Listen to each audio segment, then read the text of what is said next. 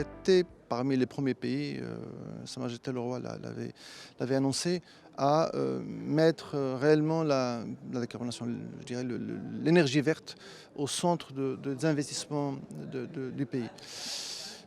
Je dirais que je suis persuadé qu'il faudrait un peu plus d'apport des entreprises, je parle maintenant de l'autoproduction, pour qu'elle accompagne l'effort des institutions, de l'État, à verdir un peu l'énergie. Mais il n'y a pas que l'énergie. Il y a d'autres problèmes. Aujourd'hui, quand on dit décarboner, c'est un spectre beaucoup plus large. Quelqu'un hier parlait aussi des poids lourds, des autocars, etc. Il disait qu'un autocar électrique, il ne peut pas l'amortir. Je suis d'accord avec lui qu'il ne peut pas l'amortir. En Europe, aujourd'hui, pour le changement vers l'électrique se fait avec des subventions extraordinaires, parce qu'un car électrique coûte beaucoup plus cher. Il faut qu'on alloue d'une façon optimale les ressources que nous avons. Nous n'avons pas les ressources des États-Unis ou de l'Allemagne, mais nous devons allouer d'une façon intelligente les ressources. Mais nous sommes à un point, je dirais, fondamental de la transformation industrielle. Il ne faut pas qu'on rate la coche. Donc aujourd'hui aussi, au niveau de l'entreprise, je reviens au sujet de l'autoproduction, simplifier. Que le décret pour l'injection soit publié très rapidement.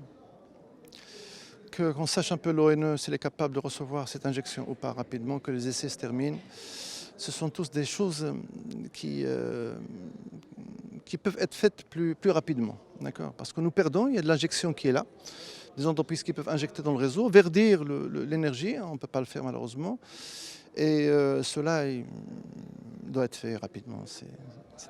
La voiture électrique, la batterie, vous voyez un peu la guerre qu'il y a au niveau mondial. Moi, je rappelle souvent qu'en France, un département et l'État français a décaissé 1,8 milliard d'euros pour l'installation d'une méga factory de batteries. Donc aujourd'hui, l'investisseur voit la planète d'une façon tout à fait ouverte et s'installe là où c'est favorable pour lui. Je crois que la charte d'investissement apporte un appui important dans le cadre des subventions.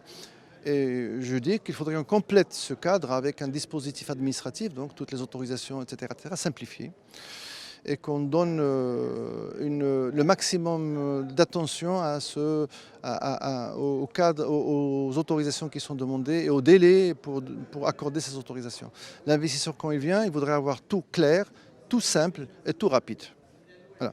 Il y a les 3 critères fondamentaux qui accompagnent l'investissement. Si après dépôt de projets, etc., il trouve des difficultés, que les autorisations n'ont pas été accordées ou que le terrain n'est pas disponible, oui, il partira ailleurs. Et nous ne voulons pas perdre un dirham d'investissement. Moi, j'aime mon pays et je voudrais que tout dirham qui peut être investi soit investi.